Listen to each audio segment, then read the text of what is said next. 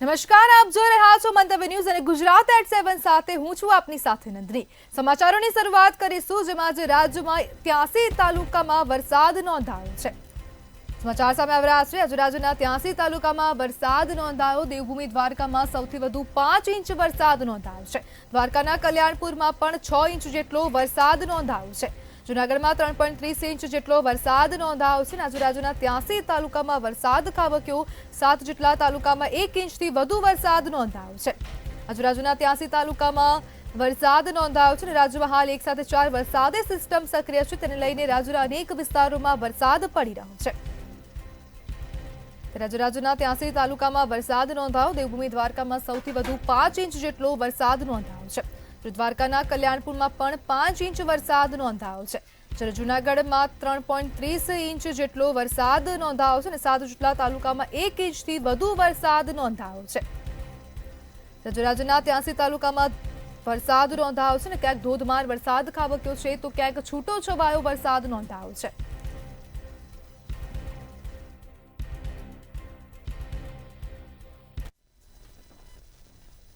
હવામાન વિભાગની આગાહી વચ્ચે ગુજરાતના અનેક વિસ્તારોમાં ધોધમાર વરસાદ ખાબક્યો છે। ત્યારે ગીર સોમનાથમાં પણ મેઘરાજાએ તોફાની બેટિંગ કરી છે। જિલ્લાના તમામ વિસ્તારોમાં ધોધમાર વરસાદ ખાબક્યો છે। સૂત્રાપાડામાં સૌથી વધુ 11.30 ઇંચ વરસાદ ખાબક્યો છે।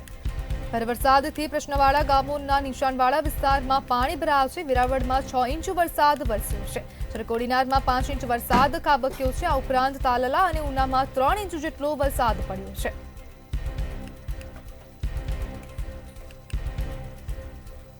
ગુજરાતના અનેક વિસ્તારોમાં ધોધમાર વરસાદ જોવા મળી રહ્યો છે।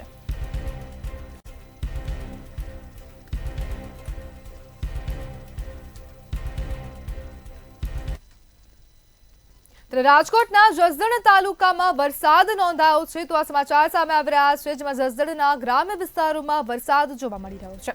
આટકોટ, જસદણ, વીરનગર સહિત વિસ્તારોમાં વરસાદ નોંધાયો છે।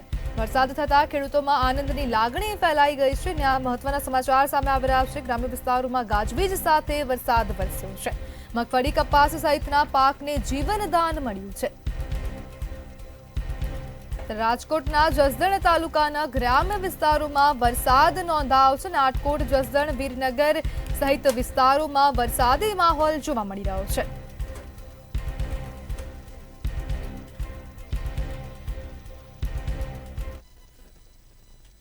જામનગરમાં પણ વરસાદ નોંધાયો છે, તો આ સમાચાર સામે આવી રહ્યા છે। જામનગરના અનેક વિસ્તારોમાં વરસાદી માહોલ જોવા મળી રહ્યો છે।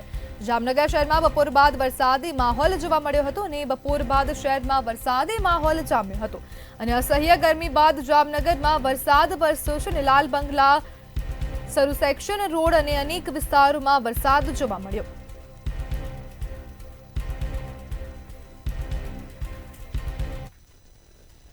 ત્યારે અમરેલીના અનેક વિસ્તારોમાં વરસાદ નોંધાયો છે અને રાજ્યના વાતાવરણમાં હવે પલટો જોવા મળી રહ્યો છે। એક સાથે 4 વરસાદી સિસ્ટમ સક્રિય થતા હવે અનેક તાલુકાઓમાં વરસાદ ખાબકી રહ્યો છે। ત્યારે તોરી, રામપુર સહિતના અનેક વિસ્તારોમાં વરસાદ જોવા મળ્યો અને 3 દિવસથી મેઘાવી માહોલ જેવા દ્રશ્યો સર્જાયા છે। ત્યારે વરસાદ વરસતા ખેડૂતોને પણ ખુશીમાં વધારો થયો છે।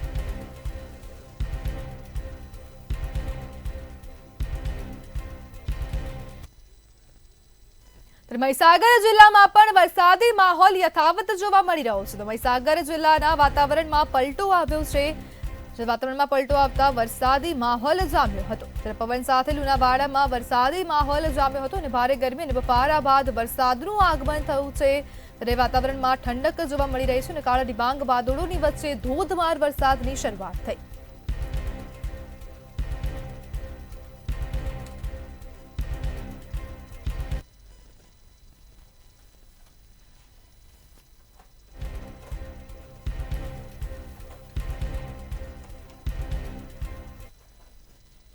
યાત્રાધામ શામળાજીમાં પણ વરસાદ જોવા મળી રહ્યો છે અને શામળાજીમાં પણ હવે વરસાદી માહોલ જામ્યો છે।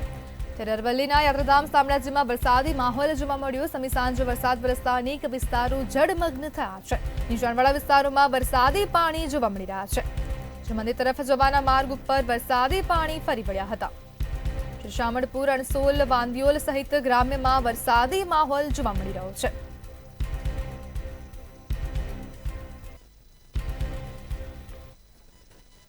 તો રાજકોટના ઉપલેટામાં વરસાદ નોંધાયો છે તો આ સમાચાર સામે આવી રહ્યા છે રાજકોટ ખાતેથી રાજકોટના ઉપલેટામાં એક દિવસના વિરામ બાદ વરસાદ જોવા મળી રહ્યો છે શહેર તેમજ ગ્રામ્ય પંથકમાં વરસાદી માહોલ છવાયો છે અને વરસાદથી ખેડૂતોએ વાવેતર કરેલ પાકને ફાયદો થશે જ્યારે મગફળી કપાસ સોયાબીન એરંડા જેવા પાકોને ફાયદો થશે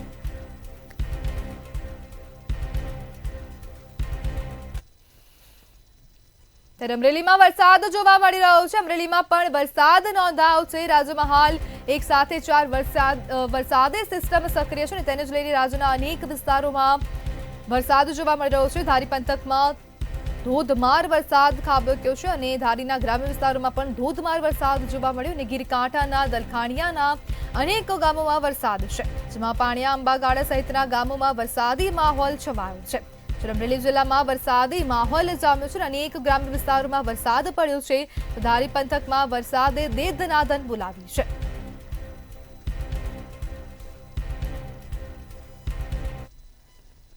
પાટણના સિદ્ધપુરમાં પણ વરસાદી માહોલ જામ્યો છે તો સમાચાર સામે આવી રહ્યા છે સિદ્ધપુરમાં વિરામ બાદ ફરીથી વરસાદી માહોલ જોવા મળી રહ્યો છે અને વરસાદ વરસતા લોકોને અસહ્ય ગરમીથી રાહત મળી રહી છે વરસાદ વરસતા વાતાવરણમાં ઠંડક પ્રસરી છે અને ખેડૂતોમાં પણ ખુશીનો માહોલ જોવા મળી રહ્યો છે વરસાદી માહોલ જામતા હવે ગરમીમાં રાહત જોવા મળી રહી છે અને વરસાદ વરસતા વાતાવરણમાં ઠંડક પ્રસરી છે અને ખેડૂતોમાં પણ ખુશીનો માહોલ જોવા મળી રહ્યો છે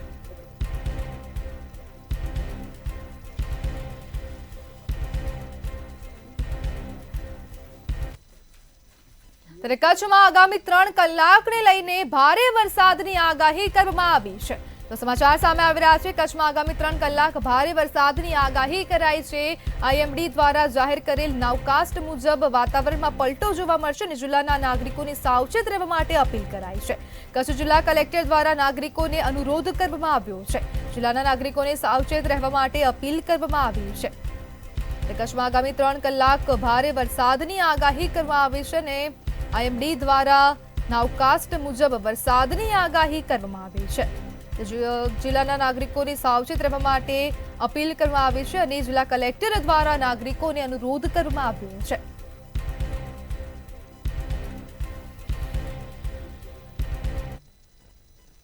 ગીર સોમનાથના કૃષ્ણવાડા ગામમાં મેઘરાજાની તોફાની બેટિંગથી જળબંબાકારના દ્રશ્યો સામે આવ્યા હતા જેમાં 200થી વધુ ઘરોમાં પાણી ભરાયા હતા તેમજ સ્થાનિકોના ઘરોની ઘરવખરી પલળી જતા ભારે નુકસાન થયું હતું ભારે વરસાદના કારણે ખેડૂતોના ખેતરો પણ પાણીમાં ગરકાવ થયા હતા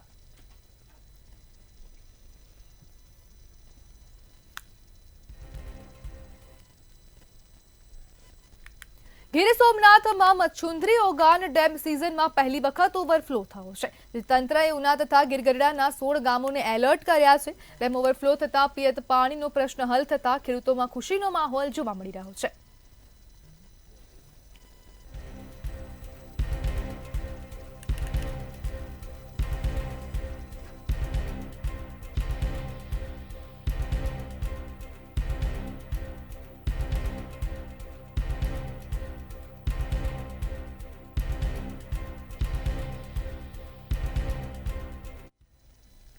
હવામાન વિભાગે ગુજરાતમાં આજથી 2 દિવસ ભારે વરસાદની આગાહી કરી છે પોરબંદર જૂનાગઢ ગીર સોમનાથ નવસારી વલસાડ દમણ અને દાદરા નગર હવેલીમાં અતિ ભારે વરસાદનું રેડ એલર્ટ જાહેર થયું છે સુરત તાપી ભરૂચ ડાંગ રાજકોટ જામનગર અમરેલી અને ભાવનગરમાં ઓરેન્જ એલર્ટ આપવામાં આવ્યું છે રાજ્યમાં 5 વરસાદી સિસ્ટમ એક્ટિવ થતા 21 ઓગસ્ટે ભારેથી અતિ ભારે વરસાદની શક્યતા છે આગામી 7 દિવસ હળવાથી મધ્યમ વરસાદની આગાહી કરવામાં આવી છે જ્યારે અમદાવાદમાં વીજળીના કડાકા ભડાકા સાથે વરસાદ પડશે માછીમારોને 5 દિવસ દરિયો ન ખેડવા માટે પણ ચેતવણી આપવામાં આવી છે आज जो फोरकास्ट अगले 7 दिन के लिए दिया गया है 19 अगस्त से लेकर 25 अगस्त तक गुजरात की दोनों क्षेत्रों में ही जो सौराष्ट्र कच्छ रीजन और गुजरात रीजन दोनों क्षेत्रों में ही हल्का से मध्यम बरसात का संभावना रहेगा और अगले 2 दिन दोनों क्षेत्रों में heavy to very heavy extremely heavy rainfall red warning के साथ दिया गया है और उसके आगे गुजरात रीजन में 21 अगस्त को very heavy to very heavy rainfall orange warning के साथ दिया गया है और जो 22 से लेकर 25 अगस्त तक हेवी रेनफॉल वार्निंग का इशू हुआ है येलो वार्निंग के साथ और हम जो सौराष्ट्र कच्छ में वेरी हैवी रेनफॉल अगले 2 दिन मतलब 21 और 22 अगस्त के लिए दिया गया है। 23, 24, 25 के लिए हेवी रेनफॉल वार्निंग दिया गया है। એસઈઓસી ગાંધીનગર ખાતે રાહત નિયામકના અધ્યક્ષ સ્થાને વેધર વોચ ગ્રુપની બેઠક યોજાઈ હતી। આ બેઠકમાં ભારતીય હવામાન વિભાગના અધિકારી દ્વારા ગુજરાતમાં આગામી સપ્તાહ દરમિયાન વરસાદની સ્થિતિ અંગે વિસ્તૃત માહિતી આપવામાં આવી હતી। હવામાન વિભાગ દ્વારા આવતીકાલ તારીખ 20 ઓગસ્ટના રોજ અમરેલી, ભાવનગર, સુરત, નવસારી તથા વલસાડ જિલ્લામાં તેમજ તારીખ 21 ઓગસ્ટના રોજ કચ્છ, દેવભૂમિ, દ્વારકા, પોરબંદર તથા જૂનાગઢ જિલ્લામાં અતિભારે વરસાદની આગાહી કરવામાં આવી છે। આ ઉપરાંત આગામી તારીખ 25 ઓગસ્ટ સુધી સમગ્ર રાજ્યમાં મધ્યમથી ભારે વરસાદની આગાહી કરવામાં આવી છે।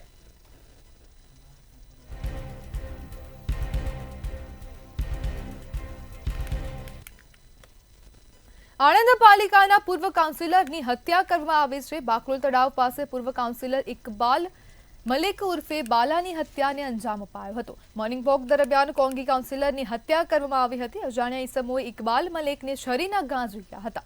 ઘટના બનતા ડીવાયએસપી સહિત વિદ્યાનગર પોલીસ ઘટના સ્થળે પહોંચી હતી અને પોલીસ દ્વારા હત્યારાઓને ઝડપી પાડવા માટે કવાયત શરૂ કરવામાં આવી હતી। જ્યારે હત્યાને પગલે પરિવાર સહિત કોંગ્રેસમાં શોકનો માહોલ છવાયો હતો। બાકરોલ ગોયા તળાવ ખાતે વોકિંગ કરવા માટે ગયેલ અને તે સમયગાળા દરમિયાન સવારના 7 થી 8:30 દરમિયાન કોઈપણ સમયે કોઈપણ અજાણ્યા વ્યક્તિએ કોઈપણ અગમ્ય કારણસર તીક્ષ્ણ હથિયારથી ગળાના ભાગે, પેટના ભાગે ગંભીર ઇજાઓ પહોંચાડી મર્ડર કરેલ છે। જે બાબતે મર્ડરનો ગુનો રજીસ્ટર કરી અને આગળની તપાસ તજવીજ હાથ કરેલ છે। ગુનો અનડિટેક હોય, ગુનાની ગંભીરતા સમજી એલસીબીની ટીમ, વિદ્યાનગર પોલીસની અલગ અલગ ટીમો બનાવી આ ગુનાનો મોટિવ જાણી અને આ ગુનો ડિટેક્ટ કરવા માટે પૂરતા પ્રયત્નો હાથ ધરેલ છે। પૂર્વ સૈનિકો દ્વારા પડતર માંગણીઓને લઈને ચાલી રહેલા ઓપરેશન અનામત આંદોલનનો આજે 23મો દિવસ છે। ગાંધીનગરના સેક્ટર 6 સત્યાગ્રહ છાવણી ખાતે એકઠા થયેલા પૂર્વ સૈનિકો અને ગુજરાત પૂર્વ સૈનિક સંગઠન દ્વારા સૈનિક અધિકારી મહારેલીનું આહવાન કરાયું હતું, જેમાં રેલી પહેલા પૂર્વ સૈનિકોની બોછી પકડીને પોલીસે અટકાયત કરવામાં આવી હતી। આંદોલનમાં સવારે 50થી વધુ પૂર્વ સૈનિકોની અટકાયત કરવામાં આવી હતી। ગાંધીનગરમાં પોલીસે અટકાયત કરતા તેમને છોડાવવા માટે આક્રોશમાં આવેલા 1000 થી 1500 પૂર્વ આર્મી જવાનો અમદાવાદ આવ્યા હતા, જેને પગલે ક્રાઇમ બ્રાન્ચના જેસીપી, સેક્ટર 2, ડીસીપી, એસીપી સહિતનો મોટો કાફલો પહોંચ્યો હતો। તેમજ અટકાયત દરમિયાન ઘર્ષણ થયા બાદ પોલીસે તમામ અટકાયતોને મુક્ત કરવાની ફરજ પડી હતી।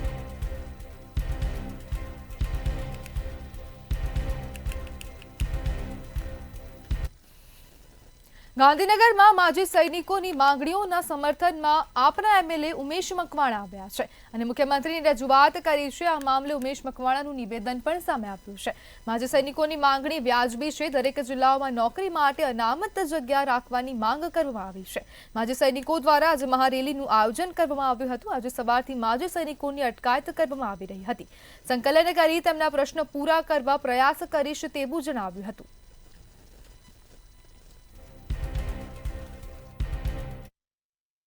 તમે જોયું છે કે માજી સૈનિકો દ્વારા ગાંધીનગર સત્યાગ્રહ છાવણીથી એક યાત્રા કાઢવાની હતી, જેમાં મેં મારું ધારાસભ્ય તરીકેનું એક સમર્થન જાહેર કર્યું હતું।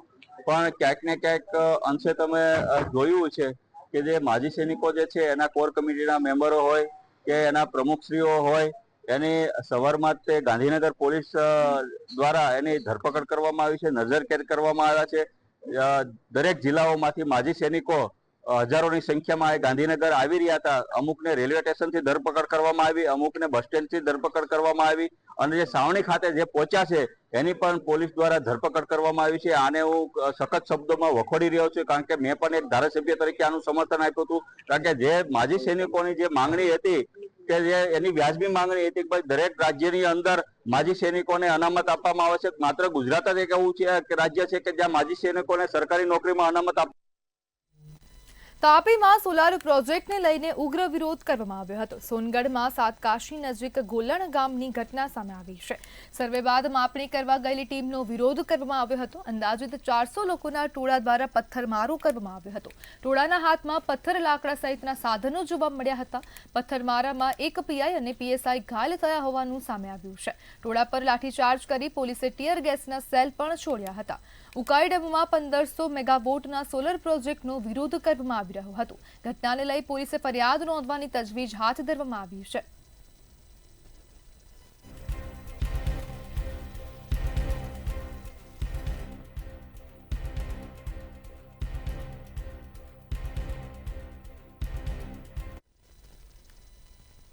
રાજ્યના શિક્ષણ વિભાગ સામે ટાટપાસ ઉમેદવારોએ ફરીથી આંદોલન શરૂ કર્યું છે. આજે ટાટપાસ ઉમેદવારોએ શિક્ષણ વિભાગ સામે ગાંધીનગરના વિદ્યા સમીક્ષા કેન્દ્ર ખાતે આંદોલન શરૂ કર્યું. તેમણે કાયમી શિક્ષકોની ભરતી, ધોરણ 9 થી 12ની શાળાઓની ફાળવણી યાદી જાહેર કરવા અને ખાલી જગ્યાઓ માટે બીજો રાઉન્ડ બહાર પાડવાની માંગ કરી છે. ઉમેદવારોએ ચીમકી આપી કે જો સરકારે મેરિટ મુજબ ભરતી ન કરી તો કોઈ ગાંધીનગર છોડશે નહીં અને આંદોલન આક્રમક બનશે.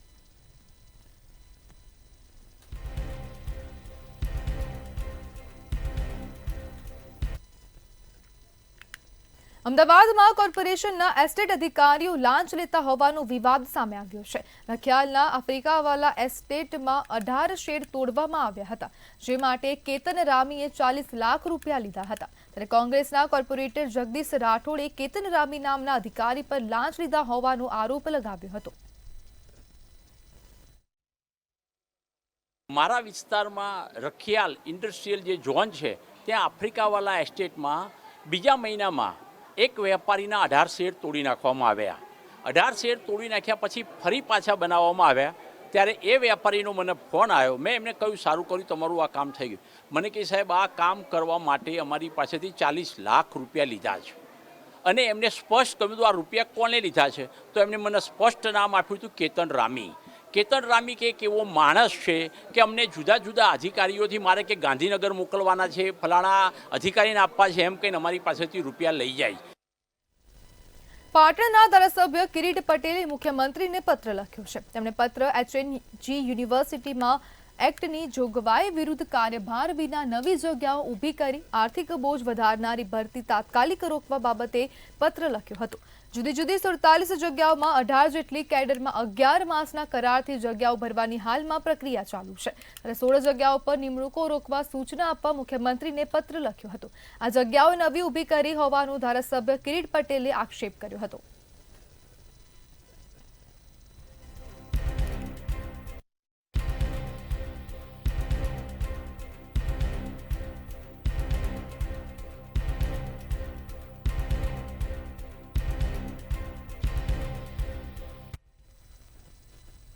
અમદાવાદના સરખેજ વિસ્તારમાં આવેલા એક મદ્રેસામાં 31 વર્ષીય મૌલાના નૂર હસન મોહમ્મદ ઇબ્રાહિમ હજરત વિરુદ્ધ 11 વર્ષીય સગીર સાથે છેલ્લા 1.5 વર્ષથી 20 થી 25 વખત સૃષ્ટિ વિરુદ્ધનું કૃત્ય આચર્યાનો ગંભીર આરોપ લાગ્યો છે. ફરિયાદીના પિતાના જણાવ્યા મુજબ મૌલાના અન્ય બાળકો ગયા બાદ સગીરને ઉપરના રૂમમાં લઈ જઈ કૃત્ય આચરતો હતો અને જો કોઈને જણાવશે તો સજા અને મારની ધમકી આપતો હતો. ગત 16 ઓગસ્ટના રોજ સગીરને પેટમાં દુખાવો થતા હોસ્પિટલમાં લઈ જવાયો હતો, જ્યાં પૂછપરછ દરમિયાન સમગ્ર હકીકત બહાર આવી. સગીરના પિતાએ સરખેજ પોલીસ સ્ટેશનમાં ફરિયાદ નોંધાવતા પોલીસે તપાસ શરૂ કરી છે. ફૈઝાને હાલી મસ્જિદ છે રોઝા સરખેજ ખાતે, ત્યાં કુરાને શરીફ પઢવા માટે જતો હતો. તો ત્યાં કુરાને શરીફ પઢવાની કામગીરી કર્યા પછી એના જે ભણાવનાર હતા નૂર હસન મોહમ્મદ ઇબ્રાહિમ હજરત એને પછી રોકી દેતા અને એની સાથે સૃષ્ટિ વિરુદ્ધનું કાર્ય કરતા હતા. એની તબિયત બગડતા એના માતા પિતા એને પૂછતા એણે આ સમગ્ર હકીકત જણાવી કે છેલ્લા 1.5 વર્ષથી જે બાળક સાથે 20 થી 25 વખત સૃષ્ટિ વિરુદ્ધનું કાર્ય કરેલું છે અને તે અનુસંધાનમાં સરખેજ પોલીસનો ગુનો દાખલ કરવામાં આવેલો અને આ કામે આરોપીની સરખેજ પોલીસે ધરપકડ કરેલી છે. તપાસ હાલમાં ચાલુ છે. આંતરરાષ્ટ્રીય સાયબર ક્રાઇમ સાથે સંડોવાયેલી ઠકરાર ગેંગ વિરુદ્ધ ગુસ્સીટોક હેઠળ ગુનો નોંધાયો છે. દેશમાં પ્રથમ વખત સાયબર ક્રાઇમ કરતી ગેંગ વિરુદ્ધ ગુસ્સીટોક હેઠળ ગુનો નોંધવામાં આવ્યો છે. સાથે જ સાયબર ક્રાઇમ સામે કાર્યવાહી કરવામાં આવી છે. શું છે સમગ્ર મામલો, જોઈએ અહેવાલમાં.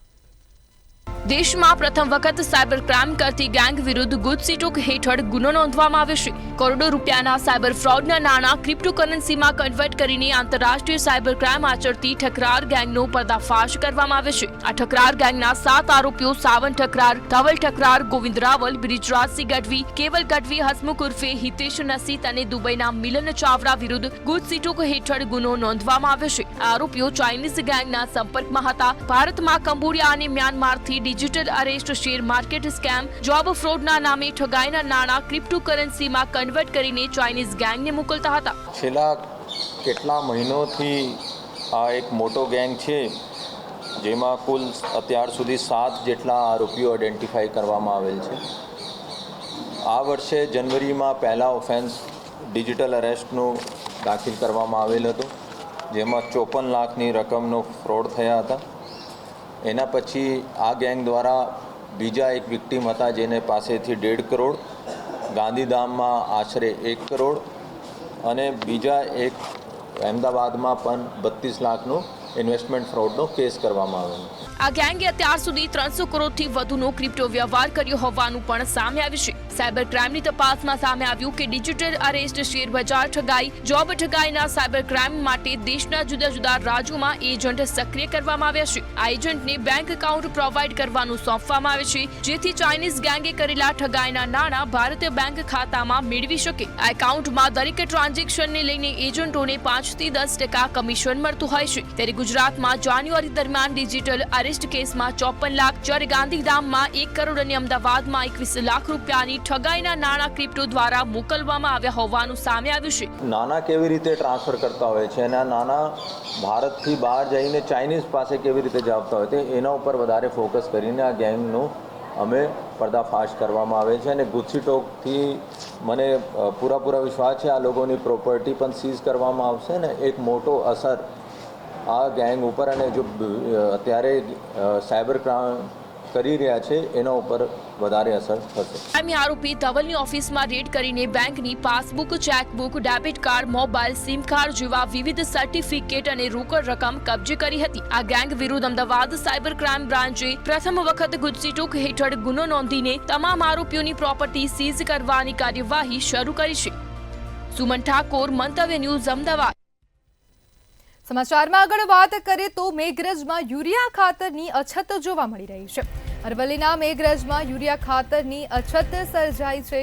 તો આ સમાચાર અરવલ્લી ખાતેથી સામે આવી રહ્યા છે. ખાતર ડેપો આગળ લાંબી લાઈનો જોવા મળી રહી છે. ખેડૂતોની ખાતર ડેપો આગળ લાઈનો લાગી છે. તો આ સમાચાર સામે આવી રહ્યા છે.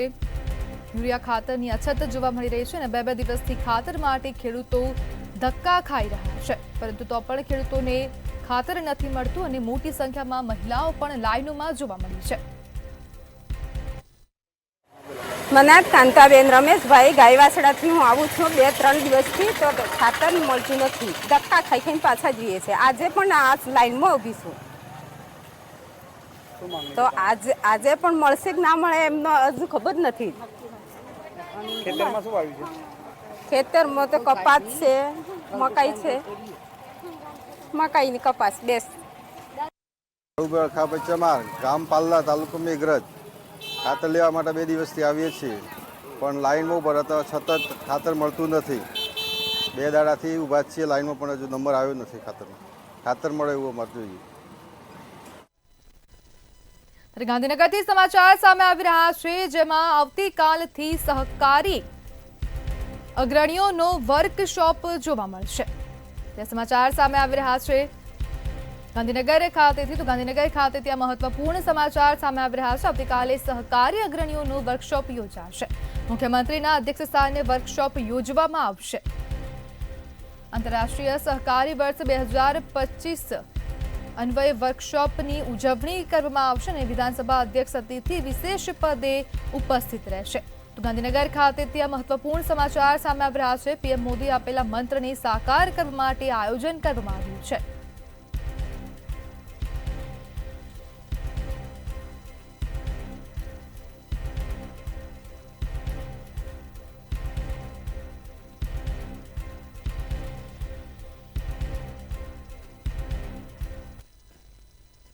કોંગ્રેસ એમએલએ કિરીટ પટેલે પ્રશ્ન ઉઠાવ્યો છે. તો આ સમાચાર સામે આવી રહ્યા છે, જેમાં કોંગ્રેસ ધારાસભ્ય કિરીટ પટેલ દ્વારા પ્રશ્ન ઉઠાવવામાં આવ્યો છે. ઉત્તર ગુજરાતની હેમચંદ્રાચાર્ય યુનિવર્સિટીની કામગીરી સામે પ્રશ્ન ઉઠાવવામાં આવ્યો છે.